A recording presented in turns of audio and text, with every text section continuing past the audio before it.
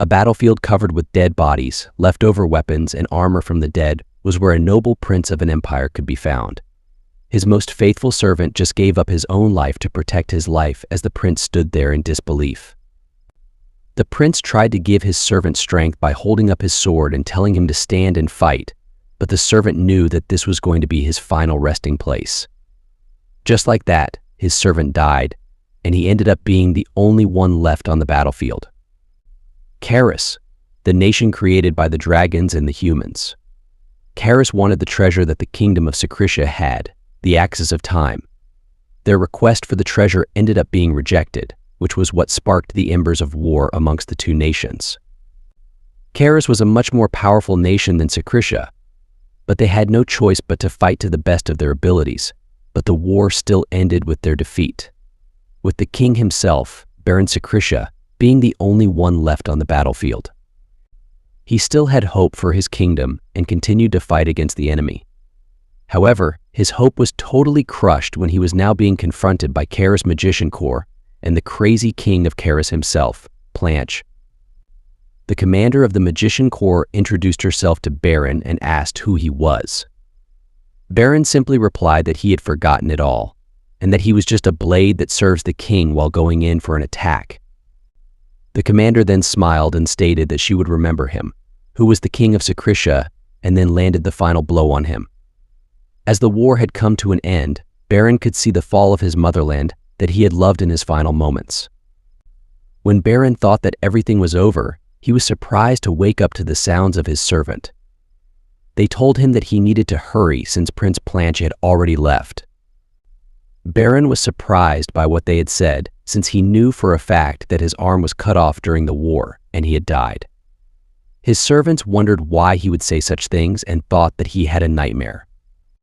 Thinking about his current situation and all of the strange people that were before him, he decided to ask one of the servants who he was. His servant then replied that he was Kalian Rain Karis, the third prince of Karis. After finding out that he had become the third prince of the enemy nation, he then proceeded to ask the servant what date it was. The servant then replied that it was April 28th in the year 522, which was a decade before the final battle between Karis and Secretia. The war had started over an ancient treasure that suddenly appeared in the kingdom of Secretia. Word quickly spread about the treasure until the continent's ruler, Karis, wanted the treasure for themselves. After Karis was rejected, they quickly went to war with the kingdom of Secretia, as if they were waiting for it. Kalian then wished that he could go back to a time before everything had happened. He then wondered if the reason why he was brought back to the past was that someone had used the Axis of Time to reverse what had happened by turning back time. Kalian thought that this was his last chance to prevent the destruction of his motherland.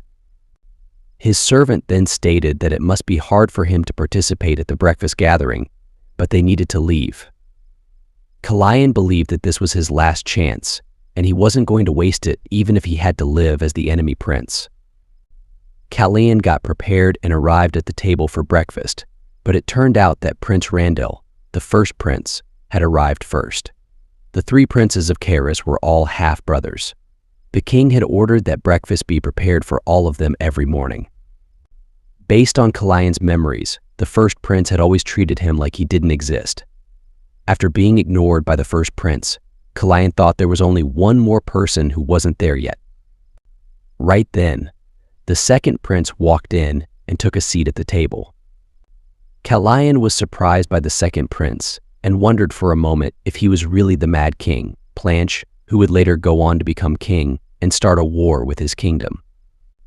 Based on Kalian's memory, the first prince cannot mess with the second prince since Planche's mother was the current queen of Karis. Kalian then took a sip of tea while thinking about how he was going to survive. Right then, the second prince spoke and said that he was impudent, but it was expected since he took after his mother. After hearing that, Kalian got angry. He didn't want to lose the chance that he had gotten to save his kingdom, but every time he looked at the second prince who destroyed his homeland, he wanted to kill him on the spot. Seeing the kind of look that Kalian had on his face, Planche got angry that he had the audacity to glare at him. The first prince then interrupted Planche's outburst. Planche then decided that he would take his leave since he no longer had an appetite after seeing Kalayan's red eyes. The first prince stood up and told Kalayan that he needed to watch his behavior. He also told him that it would be the king's birthday soon, and that he shouldn't cause any trouble right before such a big event. His servant then asked him if he was okay after everything that had happened. Kalayan then felt a sense of comfort, knowing that he had a servant that took care of him like it was his own body, despite seeing how he was treated every day. Kalayan then told his servant not to worry about him, which made Yan surprised since Kalayan was smiling instead of silently crying like he usually does. Kara's first queen, Dragon Sisfanian, had dark hair and red-colored eyes. Kalayan was the only prince who had inherited her exterior traits, but his strength was very pitiful. He always tried to hide his eyes since Planche hated them. Baron thought that Kalayan was stupid for hiding his eyes just because Planche didn't like them. Kalayan then decided to return to his quarters, to which his servant then stated that he was acting very weird. Kalayan was born to a lowly concubine, and he ended up not even having enough power to protect himself, which was now his current situation. Kalayan then asked his servant how old he was, to which his servant replied that he would be turning 15 in the next 4 months. Baron then remembered that Prince Kalayan was assassinated after he had failed to kill Queen Selace. Everyone was told that he had hung himself to avoid punishment, but Baron didn't believe that was the case and thought that someone would be coming to kill him very soon. After returning to his quarters, Kalayan asked his servant for scissors, which he then used to cut his hair for the first time in a long time. Kalayan then thought that even if there was already a predetermined future, he would just twist it to his liking. His servants were surprised that Kalayan had actually cut his hair and asked him what he was going to do since Prince Planche wouldn't like it. He then told them that he couldn't live like an idiot because of Prince Planche and told them that he would take care of everything. He then appeared before Prince Planche after cutting his, to which Planche stated that he must be out of his mind. Planche was about to address Kalayan, but was immediately corrected by Kalayan after he was told to call him by his name. Planche then took up a knife off of the table and threw it at Kalayan. Kalayan ended up catching the knife, but his hand was severely bleeding from getting cut by the knife. Planche then tried to play off what he did by stating that his hand had slipped. Kalayan then walked over to where he was and placed the knife on the table after saying that he didn't need to worry since he was fine with whatever that was. After returning, his servant then asked him why he hadn't dodged the knife earlier. Kalayan then stated that the knife was directed at him, and if he had dodged the knife, what would have happened to him? Kalayan then said he was simply trying to protect his servant, and now he is bleeding. He stated that he might be able to calm down if he washed his face and told Yan not to let anyone enter. Earlier at the table, Kalayan had planned on secretly using an aura to block Planche's attack, but when he tried, he felt a sudden pain in his heart. He decided to try using aura again to determine what the issue was. To his surprise, he had discovered 3 mana circles around his heart, which meant that Kalayan was a magician. 3 days had passed since the incident with the second prince, and Kalayan's wound still hasn't healed yet, which made his servant even more worried for him. The royal tailor then came to visit the third prince, but was shocked after seeing how he looked after cutting his hair. Kalayan had been getting that same look for a while now, and he was getting tired of it. Kalayan had to suffer for a long time because he looked like his mother, who had never met, which made him hate how he looked to the point where he had gotten rid of all the mirrors in his room. Kalayan then told the tailor that he didn't have to worry since he knew that he looked a lot like his mother and that he could continue what he had come to do. The tailor then proceeded to take Kalayan's measurements. While taking his measurements, the tailor told Kalayan that he was worried about his weight, which Kalayan then told him that he was indeed eating healthy. The Karis royal bloodline are descendants of dragons and specifically heroes who had sealed the evil god in the past. This meant that Kalayan's injury should have healed a long time ago, but it still hasn't. Kalayan then thought that his situation was a bit concerning since if he continued like he was, he would not be able to use aura or magic at all. While the tailor was bringing the clothes that he had prepared, Kalayan wondered if there was anyone knowledgeable about mana in the kingdom that could help him. Kalayan then remembered that it would be the king's birthday soon, which meant that great magician Elian would be there as well, which was exactly who he needed to meet. Elian was one of the 4 great magicians who had managed to reach the 7th circle and was the idol of many magicians. Kalayan remembered that Elian had shown up to the king's birthday in the past but had ended up being rejected at the gate and was unable to participate in the festivities. He then left and ended up reaching the 8th circle, which brought him to the position of being the first and only 8th circle magician in the continent. Kalayan thought that there was no better person than Elian to help him with the issue that he was having. Kalayan knew that Karis didn't treat magicians well and wondered if Elian would agree to his request. The reason there were so many knights in the Karis kingdom was because of the influence of the current queen's family, the Brizens. Elian thought that he definitely needed Elian's assistance, and if he was able to get him on his side, then he would have a chance of stopping Planche from starting a war with Sakrisha. Before he could do all of that, though, he needed to handle the issue of what he was going to wear to the king's birthday. It was now a new day, and Kalayan had woken up feeling that he had finally gotten used to his new life and his hand was finally healed. Jan then notified Kalayan that he had dinner plans with the Queen and Viscount Brizen. Even though Kalayan would have liked to avoid them as much as possible, he knew that he couldn't avoid them forever, and that he would eventually have to meet them. Kalayan decided that he would head outside for some stamina training and told Yan not to worry since nothing could possibly happen. While Kalayan was outside doing his stamina training, he ended up not being able to continue as it felt like he was dying.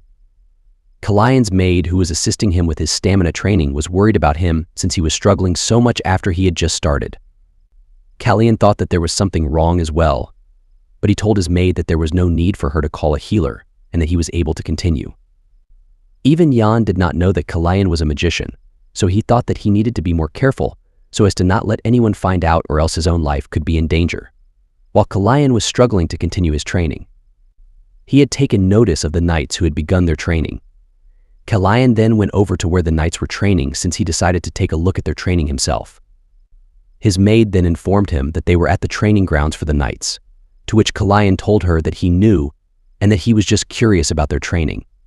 His maid was surprised since Kalayan didn't have any interest in knights before. She then asked him if he knew what kind of place the Papal Knight Corps was, to which Kalayan simply replied that they were the royal knights of the kingdom. The knight commander, Papal, then showed up and asked who they were and that they should leave if they didn't have any business there. He then went on to state that the knights were unable to train properly as they were being bothered by their gazes. Kalayan's maid then told him to show respect since he was talking to the 3rd prince. The commander then pretended that he didn't know who he was talking to and stated that he thought Kalayan was some rat that was secretly watching them. Kalayan's maid then got upset by what the commander had said, but the commander didn't seem to be bothered at all, even though he was in the presence of the 3rd prince. The commander then asked her why she was being so sensitive about the issue and was about to tell her that Kalayan wasn't bothered by what he had said but was surprised to see how frightening Kalayan looked. He then remembered all the times previously that he had encountered the 3rd prince and thought that he was very submissive back then, but now he was getting a different vibe from him. It was now Kalayan's turn to speak, to which he asked the knight commander what his duty was. While the commander was being confronted by Kalayan, some of his subordinates took notice of what was happening. The commander then responded to Kalayan's question by stating that they were in the middle of training, so he couldn't answer him and told him to leave. Kalayan then firmly reiterated his question and asked the commander what his duty was. The commander was surprised by Kalayan's persistence, but he ended up responding to Kalayan's question. Kalayan told him that he was failing both of his duties, which were to strengthen and protect after taking down a branch. The commander then asked what Kalayan meant, to which Kalayan stated that his training was an utter mess and proceeded to attack the commander with the tree branch. The commander was surprised by Kalayan's sudden attack and wondered if he would be able to defend himself in time. The commander ended up drawing his sword against Kalayan's tree branch in order to defend himself. After the attack was blocked, Kalayan stated that he was very disappointed that the commander couldn't predict the moves of someone like him who had never held a sword before. Kalayan then went on to state that his duty was also to protect, but he ended up talking to the 3rd prince in a derogatory manner and asking him if he should be executed for such an act. Then they wondered if Kalayan was still the same prince that he had known before. The commander then got on his knees and apologized to Kalayan for his previous behavior. All of the knights that had noticed what was happening were surprised by their commander's sudden change in behavior. The commander felt humiliated having to apologize on his knees to a nobody, such as the third prince, who everyone looked down on. Yan was totally shocked by Kalian's sudden appearance with a horse when he was supposed to be out doing stamina training. Kalian then told Yan that he simply picked it up on his way there. After all the commotion previously had settled down, Kalian took notice of a horse that was not able to be tamed by anyone and asked what was wrong with it. He was then told that it was a horse that the second prince was unable to tame. Kalian then thought to himself about what to do, and so he ended up bringing the horse with him. While Yan was having a hard time with the horse, Kalian told his maid to keep what happened at the training grounds a secret. Kalian then felt a sudden pain in his chest, which made him think that he had pushed himself too hard. Yan was a bit worried, but Kalian simply played it off as him having too much fun while he was outside. Everything that Kalian had done since he had decided to go out for his stamina training was being watched by a mysterious person. After completing their assigned task, they returned to their master to report everything that Kalian had done in the kingdom. The master then stated that even worms writhe when they are stepped on, but someone like him could never change their true origins. They also thought that it wouldn't be fun to just kill him, and that the whole situation was working. She told her servant to continue watching Kalian. Kalian was now sitting in front of the second prince and thought that the atmosphere between them was something that he couldn't get used to. He then wondered why the second prince was so low on energy since he hasn't tried tormenting him yet. Right then, Kalian took notice of a particular scent. This special scent belonged to someone other than the queen herself, who had just arrived for the dinner plan that was scheduled for her and the princes. She was the true power behind the Karis kingdom. After the first queen had passed away from illness, Celise, who rose to power, borrowed the influence of her family and seized control of the royal knights in the kingdom. The nobles also supported Celise, so each day her power in the kingdom grew bit by bit. The mere third prince then became someone laughable to even a commander. The queen was discussing what to do with the knight commander that was bested by Kalian earlier, and afterwards she told her servant not to report such trivial things to her while looking directly at Kalian. After taking her seat, she then greeted Kalian by stating that he had grown much since lately. Kalian then responded by stating that he hadn't grown much at all, and will be sure to grow more in the future. Everyone at the table had heard what Kalian said, which took them by surprise since they weren't expecting that kind of answer from him. The queen's brother then stated that he almost didn't recognize him since he had cut his hair, and that he should have cut it a lot sooner. He was also going to tell Kalian that he was looking forward to his growth but was interrupted by the queen. The queen then turned her attention towards Blanche and asked him why he didn't tell her that he was unable to tame his own horse. Blanche then replied by stating that she had already known, so there was no need to tell her. She then stated that he hadn't told her that it was completely taken from him. Blanche got upset and told her that it was a useless horse to begin with, and that he would be taking his leave. 3 weeks had ended up passing, and it was now the annual king's birthday celebration.